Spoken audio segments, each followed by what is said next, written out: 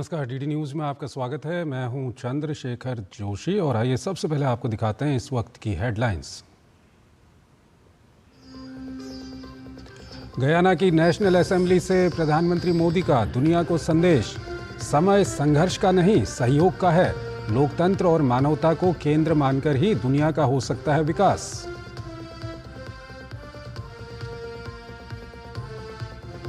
प्रधानमंत्री नरेंद्र मोदी गयाना के सर्वोच्च पुरस्कार द ऑर्डर ऑफ एक्सीलेंस से सम्मानित। डोमिनिका के सर्वोच्च पुरस्कार डोमिनिका अवार्ड ऑफ ऑनर से भी सम्मानित। पीएम ने जताया आभार, भारतवासियों को समर्पित किए सम्मान।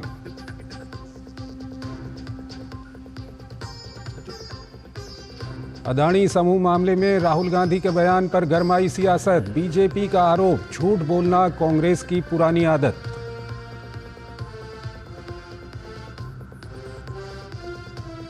रक्षा मंत्री राजनाथ सिंह ने लाओ पीडीआर में आसियान रक्षा मंत्रियों की बैठक में लिया हिस्सा। एशिया प्रशांत में शांति और समृद्धि पर दिया जोर।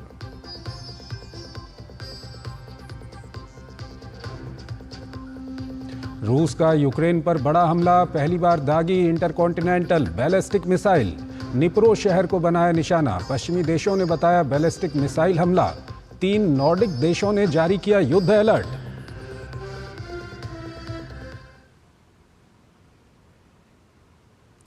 और आइए अब खबरों को विस्तार से देखते हैं। गयाना की नेशनल असेंबली को प्रधानमंत्री नरेंद्र मोदी ने संबोधित किया।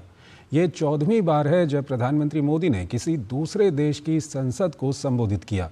इससे पहले उन्होंने America, United kingdom, Maldives, Bhutan, Nepal सहित कई अन्य देशों की संसद के विशेष सत्रों में भारत का प्रतिनिधित्व किया है। विश्व की अन्य देशों की संसद में सबसे ज्यादा बार भारत की बात रखने वाले वो पहले प्रधानमंत्री भी हैं। प्रधानमंत्री ने कहा कि गयाना और भारत का अतीत करीब करीब साझा रहा है। उन्होंने कहा कि कोविड जैसी महामारी के बाद दुनिया को नए वर्ल्ड ऑर्डर की ओर बढ़ना चाहिए था, लेकिन दुनिया किसी और चीज में उलझ गई। इससे निकलने का मंत्र लोकतंत्र और मानवता है। मैं मानता हूं, स्पेस हो, सी हो, ये यूनिवर्सल कॉन्फ्लिक्ट के नहीं बल्कि यूनिवर्सल कोऑपरेशन के विषय होने चाहिए। दुनिया के लिए भी ये समय कॉन्फ्लिक्ट का नहीं है।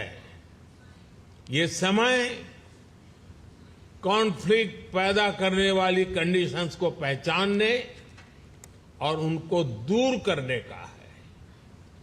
आज टेररिज्म, ड्रग्स, साइबर क्राइम, ऐसी कितनी ही चुनौतियां हैं जिनसे मुकाबला करके ही हम अपनी आने वाली पीढ़ियों का भविष्य संवार पाएंगे। प्रधानमंत्री ने कहा कि आतंकवाद, साइबर क्राइम और पर्यावरण की चुनौतियों को देखते हुए दुनिया को संघर्ष की ओर नहीं बल्कि सहयोग की ओर बढ़ना चाहिए। मैं मानता हूं, स्पेस हो, सी हो, ये यूनिवर्सल कॉन्फ्लिक्ट के नहीं बल्कि यूनिवर्सल कोऑपरेशन के विषय होने चाहिए। दुनिया के लिए भी ये समय कॉन्फ्लिक्ट का नहीं है। ये समय कॉन्फ्लिक्ट पैदा करने वाली कंडीशंस को पहचानने और उनको दूर करने का है। आज टेररिज्म, ड्रग्स, साइबर क्राइम, ऐसी कितनी ही चुनौतियां हैं जिनसे मुकाबला करके ही हम अपनी आने वाली पीढ़ियों का भविष्य संवार पाएंगे। उन्होंने कहा कि भारत वैश्विक विकास के पक्ष में खड़ा है। भारत का मानना है कि दुनिया का हर देश महत्वपूर्ण है और विकास में उस देश को भी आगे बढ़ना होगा। भारत ने हमेशा प्रिंसिपल्स के आधार पर, ट्रस्ट और ट्रांसपेरेंसी के आधार पर ही अपनी बात की है। एक भी देश, एक भी रीजन पीछे रह गया तो हमारे ग्लोबल गोल्स कभी हासिल नहीं हो पाएंगे। तभी भारत कहता है every nation matters. Bharat island Nations को स्मॉल आइलैंड नेशन नहीं बल्कि लार्ज ओशन कंट्रीज मानता है। इसी नेक नियत से भारत ने G20 की प्रेसिडेंसी के दौरान अफ्रीकन यूनियन को G20 में शामिल कराकर अपना कर्तव्य निभाया। गयाना में प्रधानमंत्री ने महात्मा गांधी की प्रतिमा पर श्रद्धांजलि अर्पित की। विश्व जब भी संघर्षों से गुजरा है तब तब गांधी जी के अहिंसा और सत्य के प्रति आग्रह के सिद्धांतों ने नए रास्ते सुझाए हैं। प्रधानमंत्री नरेंद्र मोदी ने विश्व के किसी भी देश में अपनी यात्राओं के दौरान जब भी अवसर मिला उस वक्त उन्होंने महात्मा गांधी के प्रति श्रद्धा व्यक्त की है।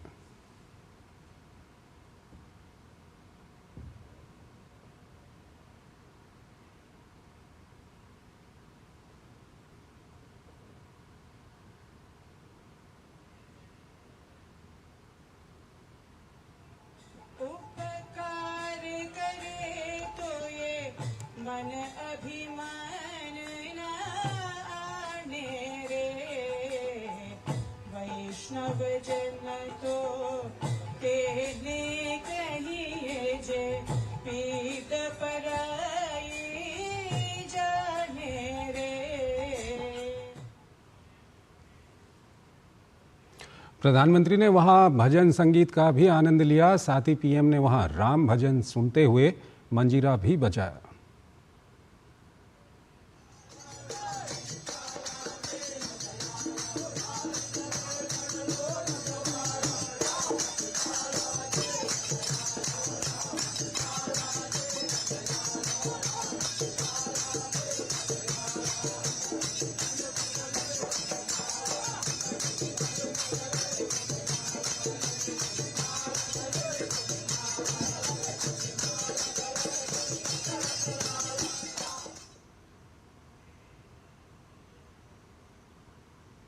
प्रधानमंत्री नरेंद्र मोदी ने बच्चों की वंदना का भी अवलोकन किया।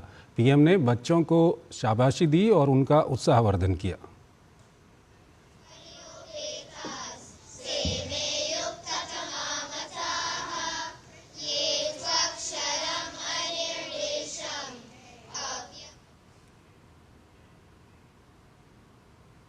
प्रधानमंत्री के सामने बच्चों ने विशेष रूप से तैयार काव्य प्रस्तुति दी। पीएम ने इन बच्चों की प्रतिभा को सराहा और उज्जवल भविष्य की शुभकामनाएं दी।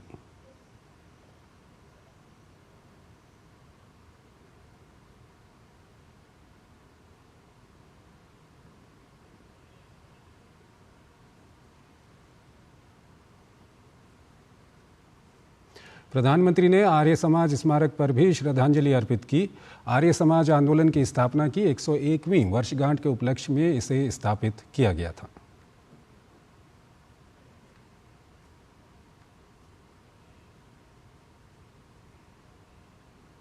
प्रधानमंत्री ने भारतीयों के आगमन को समर्पित स्मारक पर भी नमन किया। यह स्मारक तत्कालीन ब्रिटिश गयाना पहुंचने वाले भारतीय मजदूरों के पहले जत्थे के आने की याद में स्थापित किया गया था। इस स्मारक का निर्माण 1997 में हुआ था। पीएम मोदी ने स्मारक के अवलोकन के साथ साथ वहां पौधरोपण भी किया।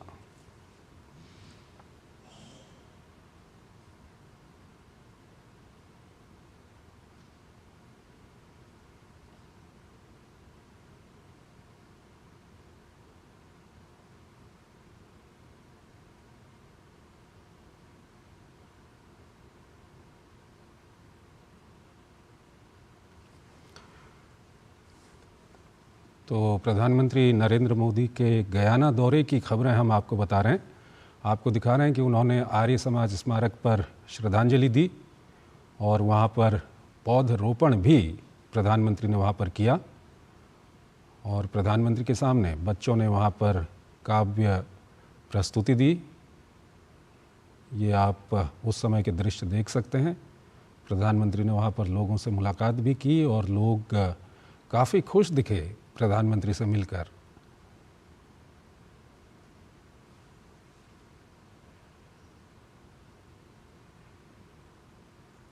और आइए अब दूसरी खबरों की ओर चलते हैं। अमेरिका में उद्योगपति गौतम अदानी समेत 8 लोगों पर अरबों रुपए की धोखाधड़ी के आरोप लगे हैं। यूनाइटेड स्टेट्स अटॉर्नी ऑफिस का कहना है कि अदानी ने भारत में सोलर एनर्जी से जुड़ा कॉन्ट्रैक्ट हासिल करने के लिए भारतीय अधिकारियों को $265 मिलियन यानी करीब 2200 करोड़ रुपए की रिश्वत दी या देने की योजना बना रहे थे।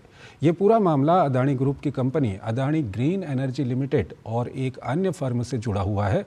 इस खबर के बाद देश में राजनीति शुरू हो गई। राहुल गांधी ने इन आरोपों को लेकर भाजपा को घेरा तो जवाब में भाजपा ने कहा कि इन आरोपों में घिरे राज्यों में तो उस समय कांग्रेस या उनके सहयोगियों की ही सरकार थी। अमेरिकी अभियोजकों ने सौर ऊर्जा अनुबंध रिश्वत मामले में गौतम अदानी और अन्य पर आरोप लगाए हैं, जिसके बाद भारतीय राजनीति में भूचाल आ गया। कांग्रेस नेता राहुल गांधी ने भाजपा पर आरोप लगाते हुए कहा कि जो भी इस मामले में शामिल हैं उस पर कार्रवाई होनी चाहिए। चाहे ऑपोजिशन की सरकार हो, चाहे बीजेपी की सरकार हो, इन्वेस्टिगेशन होना चाहिए, पनिशमेंट होनी चाहिए। मगर मेन बात है, जो किंग पिन है, जो सेंटर है, उसको जेल में जाना चाहिए, अरेस्ट होना चाहिए और उसका इन्वेस्टिगेशन होना चाहिए, इंटरोगेशन होना चाहिए, पता लगाना चाहिए कि इसके पीछे कौन है। राहुल गांधी के बयान पर भाजपा नेता संबित पात्रा ने पलटवार किया है। संबित पात्रा ने कहा है कि ये मामला अमेरिका और भारत की एक कंपनी के बीच बिजली लेन देन का है। जिन 4 राज्यों के नाम इसमें सामने आए हैं उस समय वहां कांग्रेस और उनके सहयोगी दल की सरकार थी। उन्होंने कहा कि यदि राहुल गांधी को उनके पूर्व नेता से पूछताछ पर कोई आपत्ति नहीं हो तो हमें भी आपत्ति नहीं है। ये रिश्वत का मामला 2020 और 2024 के बीच का है। इस दौरान ओडिशा में बीजेडी, तमिलनाडु में डीएमके, छत्तीसगढ़ में कांग्रेस और आंध्र प्रदेश में वाईएसआरसीपी की सरकार थी। जो 4 राज्य में SDC, state distribution company, electricity distribution company, वो स्टेट की ही प्रॉपर्टी होती है, स्टेट गवर्नमेंट की। छत्तीसगढ़ की सरकार, छत्तीसगढ़ में किसकी सरकार थी? कांग्रेस पार्टी की भूपेश बघेल जी की सरकार छत्तीसगढ़ में उस समय मौजूद थी। आंध्र प्रदेश में वाईएसआरसीपी की सरकार थी। उस समय तमिलनाडु में, क्योंकि तमिलनाडु का नाम भी इसमें आता है, उनके स्टेट डिस्ट्रीब्यूशन कंपनी का नाम आता है। किसकी सरकार थी? डीएमके, आपके सहयोगी स्टालिन जी की सरकार थी। उड़ीसा में किसकी सरकार थी? बीजेडी की सरकार थी। तो स्वाभाविक रूप से ये चारों राज्य जिसका जिक्र डॉक्यूमेंटेशन में सामने आया है, यूएस में सामने आया है, उन चारों राज्य में ना तो हमारे मुख्यमंत्री थे और ना ही हमारी समर्थित सरकार थी। राहुल जी ने अपने प्रेस कॉन्फ्रेंस में कहा है कि उन्हें कोई आपत्ति नहीं यदि किसी भी पूर्व मुख्यमंत्री से या उनके पूर्व नेता से पूछताछ हो, तो ठीक है, भूपेश बघेल जी से पूछताछ हो, हमें भी कोई आपत्ति नहीं है। वहीं अडानी ग्रुप ने अपने ऊपर लगे आरोपों को निराधार बताया है। अडानी ग्रुप ने अपने सोशल मीडिया प्लेटफॉर्म एक्स पर एक स्टेटमेंट जारी करते हुए लिखा कि अडानी ग्रीन के निदेशकों के खिलाफ अमेरिकी न्याय विभाग और अमेरिकी प्रतिभूति एवं विनिमय आयोग द्वारा लगाए गए आरोप निराधार हैं और उनका खंडन किया जाता है। जैसा कि अमेरिकी न्याय विभाग ने स्वयं कहा है कि अभियोग में लगाए गए आरोप हैं और जब तक दोषी साबित नहीं हो जाते तब तक डिफेंडेंट्स को निर्दोष माना जाता है। इस मामले में सभी संभव कानूनी उपाय किए जाएंगे। अमेरिकी अभियोजकों ने सौर ऊर्जा अनुबंध रिश्वत मामले को अमेरिकी अदालत में 24 अक्टूबर 2024 को दर्ज किया, जिसकी सुनवाई बुधवार को हुई। यूनाइटेड स्टेट्स अटॉर्नी ऑफिस का कहना है कि अदानी ग्रुप ने भारत में सोलर एनर्जी कॉन्ट्रैक्ट लेने के लिए भारतीय अधिकारियों को $265 मिलियन यानी करीब 2200 करोड़ रुपए की रिश्वत दी। Bureau report, DD news. रक्षा मंत्री राजनाथ सिंह लाओ पीडीआर की आधिकारिक यात्रा पर हैं। आज उन्होंने 10 सदस्यीय आसियान देशों के समूह के साथ 8 संवाद साझेदार देशों के रक्षा मंत्रियों की ADMM+ बैठक में हिस्सा लिया। अपने संबोधन के दौरान उन्होंने सीमा विवाद, व्यापार समझौतों समेत कई मुद्दों पर आसियान देशों को अहम संदेश दिया। उन्होंने कहा कि इंडो पैसिफिक क्षेत्र में शांति और समृद्धि को बढ़ावा देने के लिए भारत नेविगेशन और उड़ान की स्वतंत्रता, निर्बाध वैध व्यापार और अंतर्राष्ट्रीय कानून के पालन के लिए सदैव डटकर खड़ा है। राजनाथ सिंह ने कहा कि शांतिपूर्ण वार्ता के जरिए सीमा विवाद सुलझाना भारत की प्रतिबद्धता रही है। भारत ने हमेशा जटिल वैश्विक मुद्दों को हल करने के लिए बातचीत की वकालत की है। क्लाइमेट चेंज के प्रति रेजिलियंस को बढ़ाने के लिए मल्टी स्टेक होल्डर इंगेजमेंट की आवश्यकता है। क्लाइमेट चेंज के इम्पैक्ट्स को मैनेज करने से लेकर इनोवेटिव सॉल्यूशंस डेवलप करने में यह इंगेजमेंट सहायक होगी। इन सॉल्यूशंस में वल्नरेबल पॉपुलेशन और हमारे डिफेंस इंस्टॉलेशन की सुरक्षा सुनिश्चित करना भी शामिल हो। उदाहरण के लिए बदलते तापमान और सी सैलिनिटी में बदलाव के कारण वेजल्स के बॉयंस तथा वेपन सिस्टम की परफॉर्मेंस और नेविगेशनल मार्ग की सटीकता पर भी प्रभाव पड़ सकता है, जो समुद्र में सुरक्षा के लिए यह बेहद महत्वपूर्ण है। रक्षा मंत्री राजनाथ सिंह ने 11वीं आसियान रक्षा मंत्रियों की बैठक से इतर अमेरिकी रक्षा सचिव लॉयड ऑस्टिन से मुलाकात की।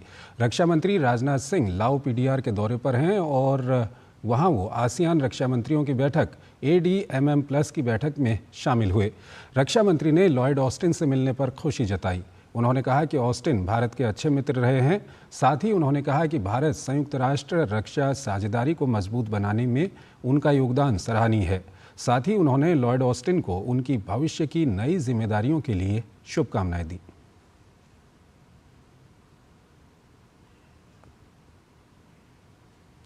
रक्षा मंत्री राजनाथ सिंह ने ऑस्ट्रेलिया के रक्षा मंत्री पैट कॉनरॉय से भी मुलाकात की। रक्षा मंत्री ने कहा कि भारत और ऑस्ट्रेलिया के बीच रक्षा साझेदारी ने हाल के वर्षों में महत्वपूर्ण उपलब्धियां हासिल की हैं। उन्होंने अपने रक्षा संबंधों को उच्च स्तर पर ले जाने की उम्मीद जताई।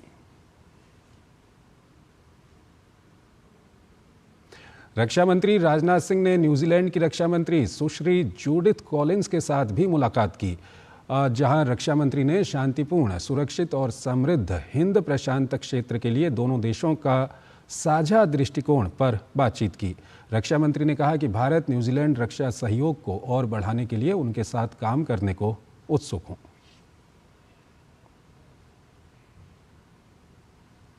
रक्षा मंत्री राजनाथ सिंह ने वियंतियाने लाओ पीडीआर में दक्षिण कोरियाई रक्षा मंत्री किम योंग ह्यून से मुलाकात की। इस मुलाकात को लेकर कहा कि रक्षा उद्योग में सहयोग हमारे रक्षा सहयोग का सबसे जीवंत पहलू रहा है।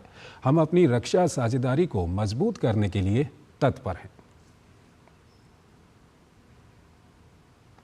यूके इंडिया बिजनेस काउंसिल ने नई दिल्ली में यूके भारत प्रौद्योगिकी भविष्य सम्मेलन का आयोजन किया। केंद्रीय मंत्री पीयूष गोयल ने सम्मेलन को संबोधित करते हुए कहा कि यूके और भारत साथ मिलकर कई क्षेत्रों में काम कर सकते हैं। कुशल पेशेवर, युवा शक्ति, व्यापार के अनुकूल माहौल, कम खर्च और बड़ा बाजार जैसे महत्वपूर्ण बिंदु हैं जो भारत को एक आदर्श व्यापारिक केंद्र बनाते हैं। 5 suggestions to offer. One, in artificial intelligence learning, we can create platforms to encourage more and more of next gen to engage with artificial intelligence. Second, telemedicine can play an important role in bringing down costs of healthcare in the United Kingdom also. Number 3, we could look at climate modeling tools. But we can employ IoT devices. We can look at drones and sensor-driven equipment. We can look at monitoring of crops. We can look at soil testing, many areas. And lastly, a number of organic chemicals, a number of engineering goods, a number of products related to food are going through a churn with newer technologies playing a role. And that could be another area where we could work together. Auto components for the electric vehicle ecosystem, for example, is one area that comes to mind immediately. Karnataka के कलबुर्गी में वक्फ board द्वारा कथित भूमि अतिक्रमण को लेकर किसानों और भाजपा कार्यकर्ताओं ने विरोध प्रदर्शन किया। वक्फ बोर्ड के विरोध में हो रहे विरोध प्रदर्शन के बारे में कर्नाटक विधान परिषद के नेता प्रतिपक्ष चलवाडी नारायण स्वामी ने कहा कि पूरे कर्नाटक में हमारे नेता वक्फ बोर्ड के अतिक्रमण को लेकर 3 दिनों का राज्यव्यापी विरोध प्रदर्शन कर रहे हैं। आप देख रहे हैं पोजीशन कैसा है, किसानों का जमीन छीना जा रहा है ये सरकार, और ये रैतों को धोखा दे रहा है। उसके वास्ते अभी मठाध्यक्ष और किसान लोगों, व्यापारी लोग आज गुलबर्गा में ये प्रोटेस्ट कर रहा है। ये बीजेपी नेतागण और दूसरे पार्टी नेतागण भी इधर इसमें शामिल है। वक्फ बोर्ड द्वारा कथित अतिक्रमण को लेकर कर्नाटक के हावेरी में किसानों और भाजपा कार्यकर्ताओं ने विरोध प्रदर्शन किया। कृषि भूमि को वक्फ संपत्ति में बदलने को लेकर भाजपा नेता भरत बोम्मई ने कर्नाटक सरकार से किसानों के परिवारों को जमीन वापस कराने की मांग की। They have created such a situation where they're sending notices to farmers, to all the temples, to all the lands of the poor people. So as Bharatiya Janata Party, we have come together today to ensure that none of the poor people's land and the farmers' land and the mandir's land is taken away by the Congress Party, and this is just the beginning. We will ensure that not even an inch is given to the Waqf board.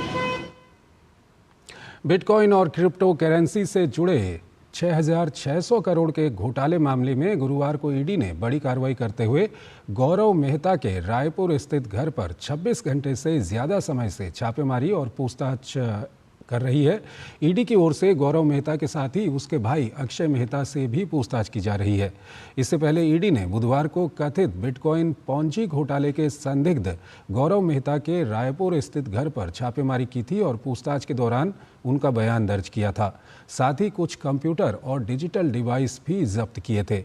ED की छापेमारी और जांच में पता चला है कि गौरव मेहता कई कंपनियों का डायरेक्टर और पार्टनर है, जिसमें 2016 में बनाई गई blockchain innovation private limited, Kolkata में स्पंज आयरन कंपनी और मुंबई की ब्रोकरेज कंपनी जैसी 6 कंपनियां शामिल हैं। इसके अलावा गौरव मेहता के भाई अक्षय मेहता और उसके दोस्त भी इन कंपनियों के डायरेक्टर और पार्टनर हैं। ब्लॉकचेन कंपनी का ऑफिस रायपुर के पचपेड़ी नाका स्थित अरिहंत कॉम्प्लेक्स से संचालित हो रहा है। इस घोटाले में गौरव मेहता और उसकी कंपनियों पर क्रिप्टो करेंसी फ्रॉड और बिटकॉइन से जुड़ी धोखाधड़ी का आरोप है। ईडी के अधिकारियों ने अभी तक कई दस्तावेज और साक्ष्य बरामद किए हैं जो इस मामले में और भी कई पहलुओं को उजागर कर सकते हैं। गौरव मेहता पर आरोप है कि उसने अपनी कंपनियों के जरिए बड़े पैमाने पर निवेशकों से धोखाधड़ी की और अवैध रूप से क्रिप्टो करेंसी के कारोबार से लाखों करोड़ रुपए की धनराशि अर्जित की। ईडी की टीम गौरव मेहता और उसके परिवार के सदस्यों से लगातार पूछताछ कर रही है। भाजपा के प्रदेश महामंत्री संजय श्रीवास्तव ने बिटकॉइन घोटाले के खुलासे के बाद पूर्व मुख्यमंत्री भूपेश बघेल समेत प्रदेश के कांग्रेस नेताओं पर हमला बोला है। उन्होंने बिटकॉइन मामले में महाराष्ट्र चुनाव के तार जुड़े होने की बात कही। उनका कहना है कि छत्तीसगढ़ में भी कार्रवाई हुई है और इस मामले में अब बघेल की भूमिका को लेकर सवाल खड़े हो रहे हैं। वहीं संजय श्रीवास्तव ने बिटकॉइन घोटाले मामले में भूपेश बघेल और कांग्रेस नेता से जनता को जवाब देने की मांग की है। और एक महत्वपूर्ण विषय जो सामने आया, बिटकॉइन का मामला आया, क्रिप्टो करेंसी का जो विषय आया है, उसके तार जिस तरीके से जुड़ते चले जा रहे हैं। और आपने हर मामले में देखा है कि पहले ये नकारते रहे कि नहीं नहीं नहीं, इसमें कांग्रेस के नेताओं का नहीं है, बीजेपी भ्रष्टाचारी कर रही है, ईडी का सहारा ले रही है, मोदी जी ऐसा कर रहे हैं। लेकिन जब जैसे जैसे पर्दे उखड़ती गई जांच के आधार पर, वहां पर कांग्रेस के नेता उसमें शामिल पाए गए। तो हमें आशंका है कि जिस तरीके के आरोप उन पर लगे हैं कांग्रेस के पूर्व नेत्री के द्वारा, तो इस मामले में भी कहीं न कहीं तार आने वाले समय के अंदर में पूर्व मुख्यमंत्री जी से जुड़े हैं। दिल्ली में भाजपा के नेताओं और कार्यकर्ताओं ने पूर्व मुख्यमंत्री अरविंद केजरीवाल के आवास शीश महल को लेकर विरोध प्रदर्शन किया। इस विरोध प्रदर्शन में बीजेपी के दिल्ली प्रदेश अध्यक्ष वीरेंद्र सचदेवा, एमसीडी में नेता प्रतिपक्ष और भाजपा दिल्ली के सांसद के अलावा कई बड़े नेता शामिल हुए। भाजपा ने केजरीवाल पर मुख्यमंत्री आवास पर करोड़ों रुपए खर्च करने का आरोप लगाया था और अब बीजेपी इस पूरे मामले को लेकर सीबीआई जांच की मांग कर रही है।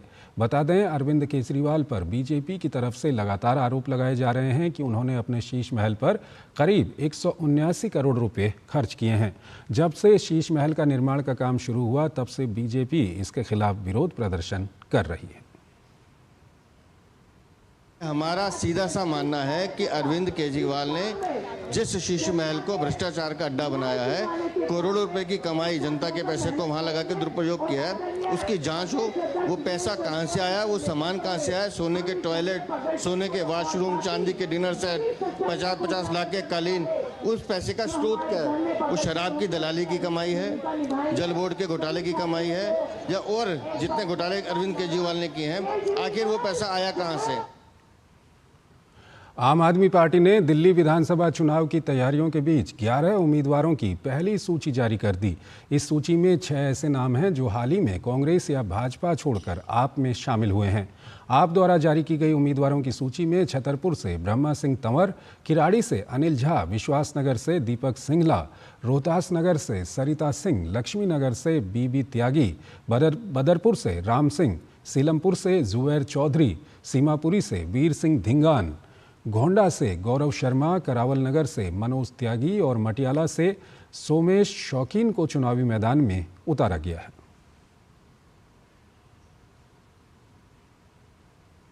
भाजपा नेता कपिल मिश्रा ने आम आदमी पार्टी सीमापुरी से वीर सिंह धिंगान को विधानसभा चुनाव के लिए टिकट देने पर सवाल उठाए हैं।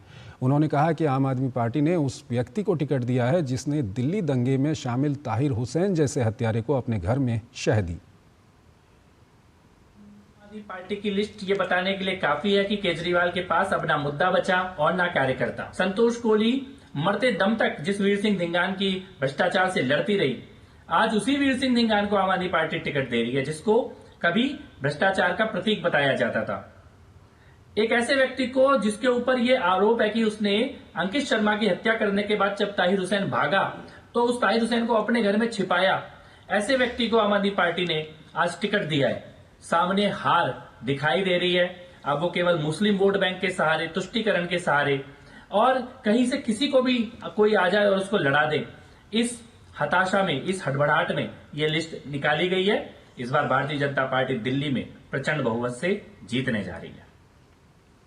दिल्ली हाईकोर्ट ने आबकारी नीति से जुड़े मनी लॉन्ड्रिंग के मामले में अरविंद केजरीवाल की याचिका पर प्रवर्तन निदेशालय ईडी को नोटिस जारी किया।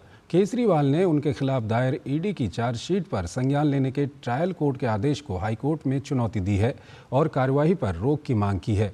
दिल्ली हाईकोर्ट ने फिलहाल निचली अदालत की कार्यवाही पर रोक नहीं लगाई है। मामले की अगली सुनवाई 20 दिसंबर को होगी।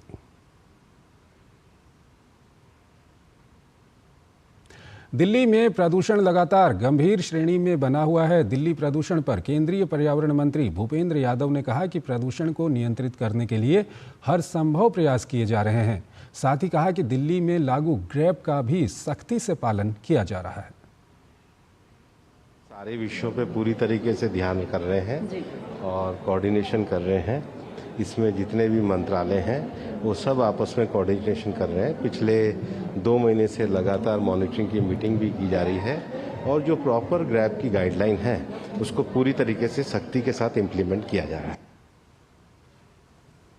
बारामूला से सांसद और टेरर फंडिंग मामले में आरोपी राशिद इंजीनियर का केस पटियाला हाउस कोर्ट की स्पेशल एनआईए कोर्ट ने एमपी एमएलए कोर्ट में चलाने का आदेश जारी किया है।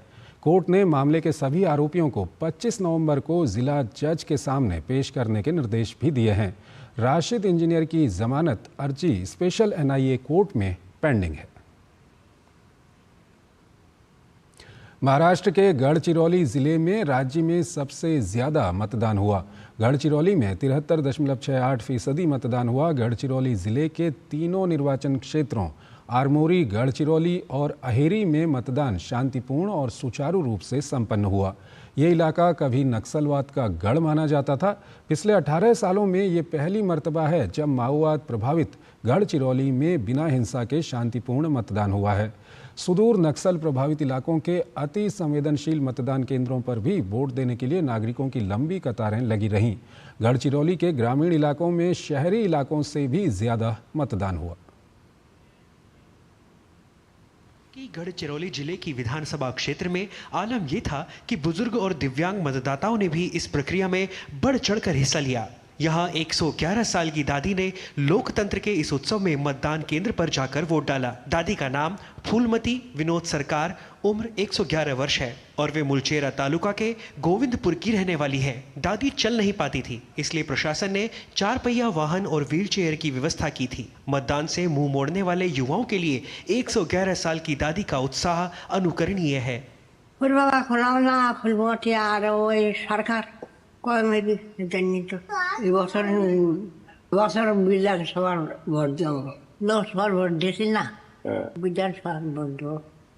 मतदान का समय समाप्त होने के बाद भी कई नागरिक वोट डालने के लिए कतारों में मौजूद थे। ऐसे में कतार में खड़े आखिरी मतदाता से लेकर सभी को टोकन बांटे गए और उनका मतदान संपन्न कराया गया। गढ़चिरौली जैसे सुदूर इलाकों में बढ़ा हुआ मत प्रतिशत शहरी इलाकों के उन सभी मतदाताओं के लिए एक सीख है कि अगर देश को प्रगतिशील बनाना है तो लोकशाही को सशक्त बनाना पड़ेगा। Bureau report, DD news. Uttar Pradesh के मुख्यमंत्री योगी आदित्यनाथ ने गुरुवार को बहुचर्चित फिल्म द साबरमती रिपोर्ट देखी। फिल्म देखने के बाद सीएम योगी ने कहा कि मैं द साबरमती रिपोर्ट की पूरी टीम को बधाई देता हूं, जिन्होंने इस वास्तविक सच को फिल्म के माध्यम से देश की जनता के सामने लाने का प्रयास किया है। उन्होंने कहा कि हर भारतवासी को द साबरमती रिपोर्ट फिल्म को देखनी चाहिए। साथ ही सीएम योगी ने फिल्म को उत्तर प्रदेश में टैक्स फ्री करने की घोषणा की। बता दें कि द साबरमती रिपोर्ट फिल्म साल 2002 में हुई साबरमती एक्सप्रेस की दिल दहला देने वाली घटना से प्रेरित है और प्रधानमंत्री नरेंद्र मोदी और गृह मंत्री अमित शाह ने भी इस फिल्म की तारीफ की है।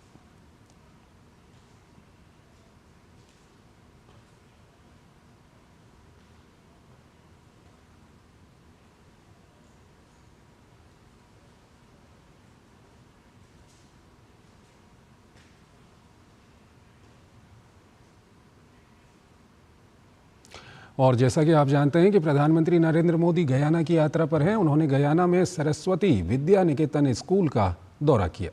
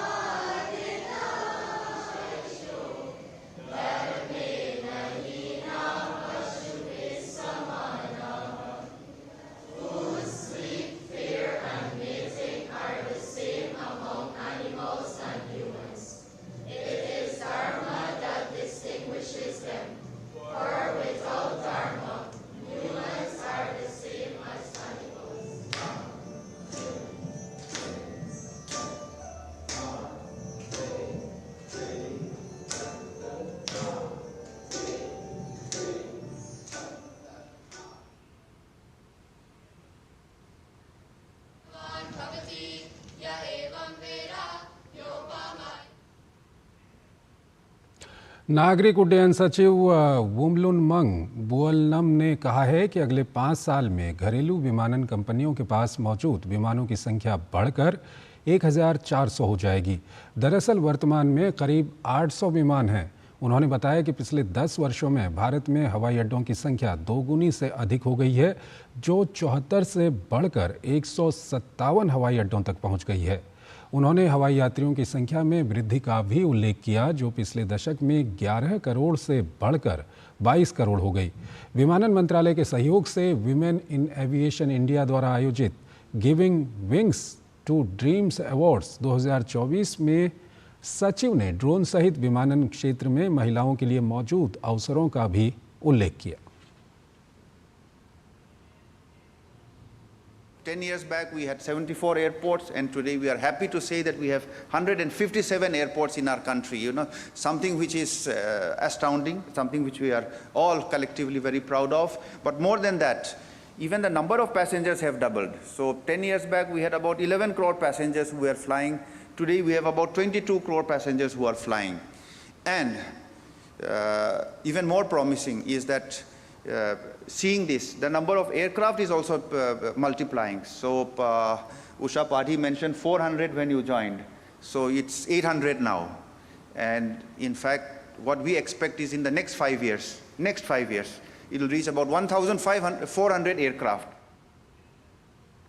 केंद्रीय खाद्य मंत्रालय द्वारा जारी किए गए आंकड़ों के अनुसार पीडीएस सिस्टम में डिजिटलीकरण के प्रयासों से फर्जीवाड़े को लगातार दूर किया जा रहा है। पिछले वर्षों में करीब 5.8 करोड़ फर्जी राशन कार्ड को रद्द किया गया है। इससे वैश्विक स्तर पर खाद्य सुरक्षा कार्यक्रमों के लिए नए मानक स्थापित हुए हैं। मंत्रालय ने बयान में कहा कि 80.6 करोड़ लाभार्थियों को सेवा प्रदान करने वाली पीडीएस प्रणाली में सुधार के तहत आधार के जरिए सत्यापन और इलेक्ट्रॉनिक रूप से अपने ग्राहक को जाने ई-केवाईसी की व्यवस्था से 5.8 करोड़ नकली राशन कार्ड हटाए जा सके हैं। भारत की सार्वजनिक वितरण प्रणाली ने एक और नया आयाम स्थापित किया है। भारत सरकार ने सार्वजनिक वितरण प्रणाली में सुधार के कई कदम उठाए हैं। इनमें डिजिटलीकरण, पारदर्शिता और प्रभावी वितरण तंत्र पर जोर दिया गया है। आज इसके सफल परिणाम भी देखने को मिल रहे हैं और जिसके चलते वितरण हेराफेरी में कमी आई है और लाभार्थी बढ़ाने में भी मदद मिली है। वितरण संबंधी कदमों में खाद्य और सार्वजनिक वितरण विभाग ने सभी 20.4 करोड़ घरेलू राशन कार्डों की संपूर्ण वितरण प्रक्रिया को कंप्यूटरीकृत किया है, जिससे 80.6 करोड़ लाभार्थी लाभान्वित हुए हैं। इन राशन कार्डों का डिजिटलीकरण किया गया है और 99.8% राशन कार्ड और 98.7% व्यक्तिगत लाभार्थियों के राशन कार्ड आधार से जोड़े गए हैं। देश के लगभग सभी उच्च मूल्य की दुकानों से खाद्यान्न वितरण 5.33 लाख ईपीओएस उपकरणों के माध्यम से संचालित किया जाता है।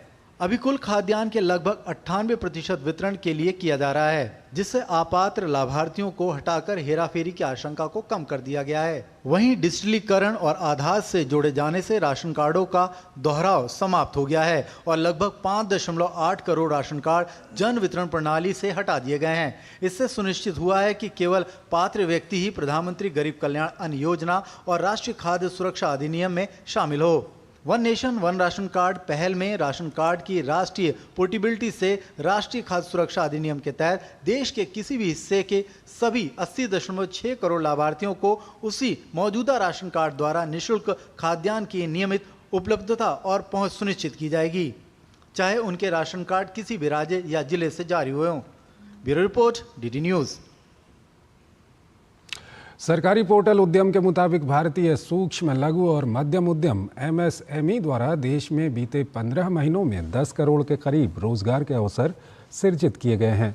आंकड़ों के मुताबिक पंजीकृत एमएसएमई की संख्या पिछले साल अगस्त में 2.33 करोड़ थी, जो अब बढ़कर 5.49 करोड़ हो गई है, जबकि इस अवधि के दौरान इन उद्यमों में नौकरियों की संख्या 13.15 करोड़ से बढ़कर 23.14 करोड़ हो गई है। कुल रोजगार में उद्यम सर्टिफिकेशन के माध्यम से सरकार के पास रजिस्टर्ड 2.38 करोड़, अनौपचारिक सूक्ष्म यूनिट्स द्वारा 2.84 करोड़ रोजगार के अवसर पैदा किए गए हैं। महिलाओं के लिए 5.23 करोड़ रोजगार के अवसर सृजित हुए हैं। वित्त वर्ष 2024-25 के बजट में एमएसएमई मंत्रालय को करीब 22,138 करोड़ रुपए आवंटित किए गए, जो पिछले वित्त वर्ष से 41.6% अधिक हैं। एमएसएमई को समर्थन देने के लिए बजट में और भी कई पहल की गई हैं, जिसमें बिना गारंटी के मैन्युफैक्चरिंग एमएसएमई को टर्म लोन देने की नई योजना भी शामिल है। सरकार द्वारा एमएसएमई को सपोर्ट करने के लिए मुद्रा लोन की सीमा को 10 लाख रुपये से बढ़ाकर 20 लाख रुपये कर दिया गया है। बजट में एमएसएमई के डिजिटाइजेशन पर भी फोकस किया गया है। प्रधानमंत्री नरेंद्र मोदी अंतर्राष्ट्रीय सहकारिता गठबंधन 2025 का शुभारंभ राजधानी दिल्ली के भारत मंडपम में करेंगे। सहकारिता मंत्रालय के सचिव डॉक्टर आशीष कुमार भूटानी ने बताया कि इस आयोजन का विषय सहकारिता से सभी की समृद्धि का निर्माण है। उन्होंने बताया कि इस आयोजन में 100 से अधिक देशों के प्रतिनिधि शामिल हो रहे हैं। इस संबंध में हमारे संवाददाता कुमार आलोक ने सहकारिता मंत्रालय के सचिव से खास बातचीत की। आईसीए ग्लोबल कोऑपरेटिव सम्मेलन भारत मंडपम में शुरू होने वाला है और हमारे साथ सचिव सहकारिता मंत्रालय के हैं। सर, किन मायनों में ये आयोजन जो है डिफरेंट है? मैंने जैसे पहले बताया कि पहली बार हो रहा है इसका सम्मेलन। भारत में 130 साल के इतिहास में आईसीए के पहली बार भारत में सम्मेलन का आयोजन किया जा रहा है, जो बहुत बड़ी बात है। भारत की जो पकड़ है, मजबूती है और फर्टिलाइज जो कोऑपरेटिव सेक्टर में जो हमारी जो साख है उसको दर्शाता है और हमको मौका देता है कि हम दूसरों से सीखें और अपनी बात, अपनी प्रैक्टिसेस, अपने जो अच्छा हम काम कर रहे हैं उससे शेयर कर सकें। सर, इफको के अलावा और भी जो भारत की जो कोऑपरेटिव सोसाइटीज़, बड़ी सोसाइटीज़ हैं, कौन कौन लोग इससे जुड़ रहे हैं? सर, दूध डेयरी सेक्टर, अमूल है, क्रिप्को है, नेफेड है, ये तो राष्ट्रीय सहकारी संघ हो गए। उसके अलावा जो राज्यों के सहकारी संघ हैं, जिला संघ हैं और सोसाइटियां हैं, प्राथमिक सोसाइटियां, उन सबको बुलाया। 3000 लोग इकट्ठे होंगे हमारे इनॉग्रल सेशन में और जितने भी हमारे सत्र हैं, जो टेक्निकल सत्र हैं, उसमें बहुत सारे लोग और पार्टिसिपेट करेंगे। पूरे देश और विदेश से कितने लोग प्रतिनिधि आएंगे? सर, कौन कौन से देश के राष्ट्रीय अध्यक्ष यहाँ पे आ रहे हैं? 100 से ज़्यादा देशों के लोग यहाँ उपस्थित होंगे। करीब 1000 से ज़्यादा विदेशी यहाँ पर आएंगे इस कॉन्फ्रेंस में भाग लेने के लिए और भूटान के प्रधानमंत्री और फिजी के उप प्रधानमंत्री भी आ रहे हैं। साथ में कई देशों के मंत्री और उच्च कैबिनेट सचिव और उनके वहाँ के एम्बेसडर्स भी आ रहे हैं बहुत देशों के इसमें हिस्सा लेने के लिए। तो ये थे सहकारिता मंत्रालय के सचिव, जिनका कहना है कि यह सम्मेलन जो आने वाले दिनों में होने वाला है, ये विश्व स्तर का सम्मेलन है और इसमें कई देशों के प्रतिनिधि भाग ले रहे हैं। कैमरामैन गिरी के साथ कुमार आलोक, टीटी न्यूज़। देश भर में मध्य प्रदेश मसाला फसलों का सबसे ज़्यादा उत्पादन करने वाला राज्य बन गया है। वर्ष 2023-24 में प्रदेश के किसानों ने रिकॉर्ड 8,32,419 हेक्टेयर में मसाला फसलों की बोनी कर 54 लाख टन से अधिक मसाला फसलों का उत्पादन किया, जो एक रिकॉर्ड है। मध्य प्रदेश की पहचान देश में सबसे ज्यादा मसाला फसलों का उत्पादन करने वाले राज्य के रूप में की जा रही है। इसका मुख्य कारण यह है कि राज्य का उद्यानिकी एवं खाद्य प्रसंस्करण विभाग किसानों को कृषि के साथ उद्यानिकी फसलों को भी अपनाने के लिए विशेष रूप से प्रेरित कर रहा है। आंकड़ों के लिहाज से समझें तो गत वर्ष प्रदेश में 13,110 हेक्टेयर उद्यानिकी फसलों का विस्तार कर 42,730 किसानों को 44 करोड़ 85 लाख रुपए का अनुदान प्रदान किया गया। वर्तमान में हमारा मध्य प्रदेश 8,32,000 हेक्टेयर से अधिक एरिया में मसाला फसलों का उत्पादन कर रहा है और अगर इसका उत्पादन देखें तो लगभग 54 लाख टन से अधिक उत्पादन इन फसलों का है। मध्य प्रदेश शासन की ओर से जो प्रयास किए जा रहे हैं उसमें सब्सिडी भी बहुत से प्रयासों के लिए दी जा रही है। उसमें बीज और जो आदान है उनके लिए भी सब्सिडी दी जा रही है। स्टोरेज के लिए, वेयरहाउस के लिए भी शासन की ओर से सुविधा दी गई है, इसमें सब्सिडी है। इस वजह से इसको बढ़ावा मिल रहा है। बाजार में मसाला फसलों हल्दी, लहसुन, हरी और लाल मिर्च, अदरक, धनिया, मेथी, जीरा और सौंफ की फसलों की बढ़ती मांग से भी इनके उत्पादन के प्रति आकर्षित हो रहे हैं। विगत 4 वर्षों में मसाला फसलों के उत्पादन में 2,16,000 मीट्रिक टन की वृद्धि हुई है। मसाला फसलों का बुआई रकबा भी बढ़ा है। वर्ष 2021-22 में 8,23,918 हेक्टेयर में बुआई की गई थी, जो वर्ष 2023-24 में बढ़कर 8,82,419 हेक्टेयर हो गई। परिणाम स्वरूप मसाला फसलों का वर्ष 2021-2022 में कुल उत्पादन 46,74,807 मीट्रिक टन था, जो वर्ष 2023-24 में बढ़कर 54,167 मीट्रिक टन हो गया। जो हमारे आसपास के पूरे मध्य प्रदेश की जो ज़मीनें मसाले के लिए उपयुक्त है, मिर्च हुआ, अदरक हुआ और भी जैसे जो भी फसलें आती है वो सब अच्छे से किसान उसको पकाने में सक्षम। मसाला उद्योग में प्रथम नंबर पर आई है, तो ऐसे बहुत सारे मतलब किसानों को लाभ भी दे रही है। केंद्र सरकार भी दे रही है, मध्य प्रदेश सरकार भी दे रही है। हरी मिर्च के उत्पादन में मध्य प्रदेश देश में दूसरा स्थान रखता है। गत 4 वर्षों में मिर्च के उत्पादन पर नजर डालें तो वर्ष 2020-21 में 50,933 हेक्टेयर में हरी मिर्च की बुआई की गई थी। इसमें 8,01,971 मीट्रिक टन मिर्च का उत्पादन हुआ था। वर्ष 2023-24 में मिर्च उत्पादन का रकबा बढ़कर 64,116 हेक्टेयर तथा उत्पादन 10,17,874 मीट्रिक टन हो गया, जो प्रदेश में कुल मसाला उत्पादन क्षेत्र का लगभग 16% रहा है। ये इसलिए भी संभव हो पाया है क्योंकि मध्य प्रदेश की सरकार मसाला उत्पादक किसानों के साथ खड़ी है। केंद्र की सरकार भी कृषि को लेकर बहुत गंभीर है। एक से बढ़कर एक यंत्र और नई खेती को लेकर प्रशिक्षण भी समय समय पर दिया जाता रहा है। यही कारण है कि मध्य प्रदेश लगातार खेती के अलग अलग क्षेत्र में नंबर 1 होता जा रहा है। मेरे सहयोगी कैमरामैन चंद्रमोहन के साथ आदित्य श्रीवास्तव, डीडी न्यूज, भोपाल। राजधानी दिल्ली में राष्ट्रीय इंटर स्कूल क्रॉसवर्ड प्रतियोगिता 2024 का ग्रैंड फिनाले आयोजित किया जा रहा है। क्रिप्टिक क्रॉसवर्ड में छात्रों को अप्रत्यक्ष संकेतों के जरिए शब्दों का पता लगाना होता है। क्रॉसवर्ड प्रतियोगिता के 2 दिवसीय ग्रैंड फिनाले की शुरुआत गुरुवार को हुई। प्रतियोगिता के उद्घाटन समारोह में IAS अधिकारी संदीप पौंड्रिक मुख्य अतिथि के रूप में मौजूद रहे। उन्होंने छात्रों को संबोधित करते हुए कहा कि मेहनत ही जीवन में सफलता की कुंजी है। So who will win in this competition? I have heard that the success has 2 keys. The lock to success has 2 keys. One is what? Hard work. What is the other one? Luck. So there are 2 keys. Luck you have no control. Luck you have no control. But the hard work. So unless you have both the keys operational, you will not get success. And hard work is most important thing in life. Pakistan के खैबर पख्तूनख्वा के कुर्रम इलाके में आज यात्री गाड़ी पर बड़ा हमला हुआ।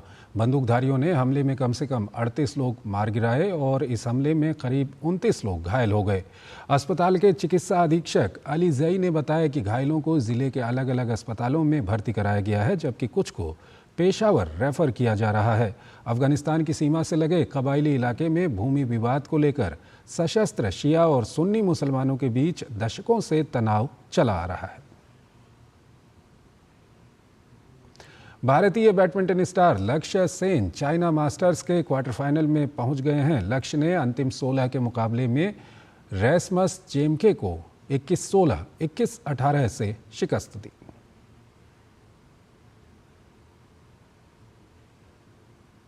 चिराग शेट्टी और सात्विक साईराज रंकीरेड्डी की जोड़ी चाइना मास्टर्स बैडमिंटन प्रतियोगिता के क्वार्टर फाइनल में पहुंच गई है। चिराग और सात्विक की जोड़ी ने डेनमार्क के रैसमस केर और फ्रेडरिक सोगार्ड की जोड़ी को 21-19, 21-15 से मात दी। वैसे ये दूसरी बार है जब चिराग और सात्विक की जोड़ी ने रैसमस और फ्रेडरिक की जोड़ी को शिकस्त दी है। इससे पहले साल 2023 में थाईलैंड ओपन में इन दोनों जोड़ियों की टक्कर देखने को मिली थी, जहां भारतीय जोड़ी ने बाजी मारी थी।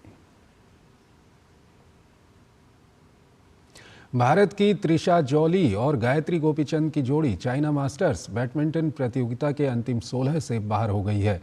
अंतिम 16 के मुकाबले में चीन की लिू शेंगशू और टेन निंग की जोड़ी ने त्रिशा और गायत्री की जोड़ी को 21-16, 21-11 से मात दी। चाइना मास्टर्स बैडमिंटन प्रतियोगिता में भारतीय खिलाड़ी मालविका बंसोद अपनी चुनौती को अंतिम 16 से आगे नहीं बढ़ा सकी। मालविका को सुपानिदा केटथोंग ने 21-9, 21-9 के सीधे गेम में पराजित किया।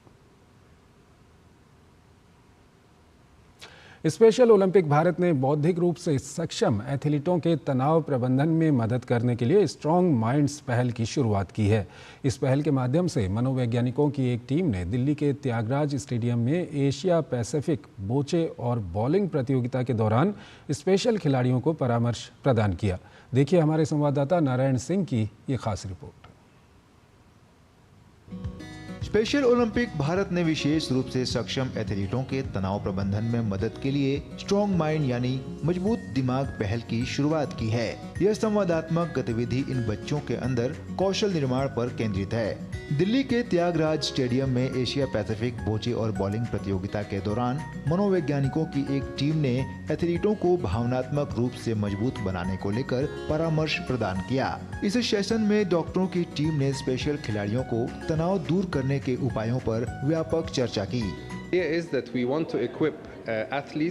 हम एथलीट्स को तकनीक के साथ आगे बढ़ाना चाहते हैं ताकि वे प्रतियोगिता के दौरान दबाव का सामना कर सकें। देखिए, आजकल दबाव हर किसी पर है, ये जीवन का एक हिस्सा है, इसलिए हमारी ओर से ये एक प्रयास है। जब हम एथलीट्स की बात करते हैं तो देखिए उन पर हर दिन एक दबाव होता है, लेकिन जब बात स्पेशल एथलीटों की होती है तो यह बहुत ज़रूरी होता है कि एक सपोर्टिव सिस्टम उनके साथ हो ताकि उन्हें ये बात पता चल सके कि उन्हें किस समय पर कितनी डाइट लेनी है।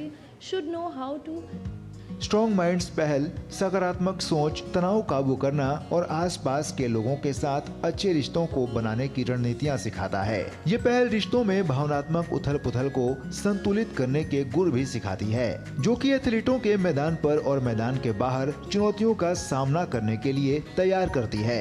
जाहिर तौर पर ये पहल बौद्धिक रूप से सक्षम खिलाड़ियों को सशक्त बनाने की दिशा में एक महत्वपूर्ण कदम है। नारायण सिंह की रिपोर्ट, डीडी न्यूज़। तो इस बुलेटिन में फिलहाल इतना ही। आप बने रहिए डीडी न्यूज़ के साथ। नमस्कार।